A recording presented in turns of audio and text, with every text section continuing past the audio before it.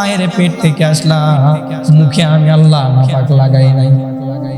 কারণ এই দুনিয়ার জমিনে বান্দা যখন এই দুনিয়ার জমিনে তুমি আসবা, তুমি তোমার কুদরতি মুখ দ্বারা আমি আল্লাহর কোরআন তিলাওয়াত করবা, বলি সুবহানাল্লাহ।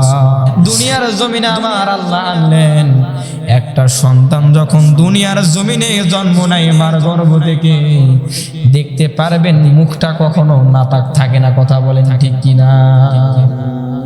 তার কারণ আমার আল্লাহ বলে, বান্দা এই মুখটাকে আমি আল্লাহ এত সেফ ভাবে দুনিয়ার জমিনে পাঠালাম, তার কারণ বান্দা দুনিয়ার জমিনে যাও, আমি আল্লাহর কোরআন পড়ো, বলি সুবহানাল্লাহ।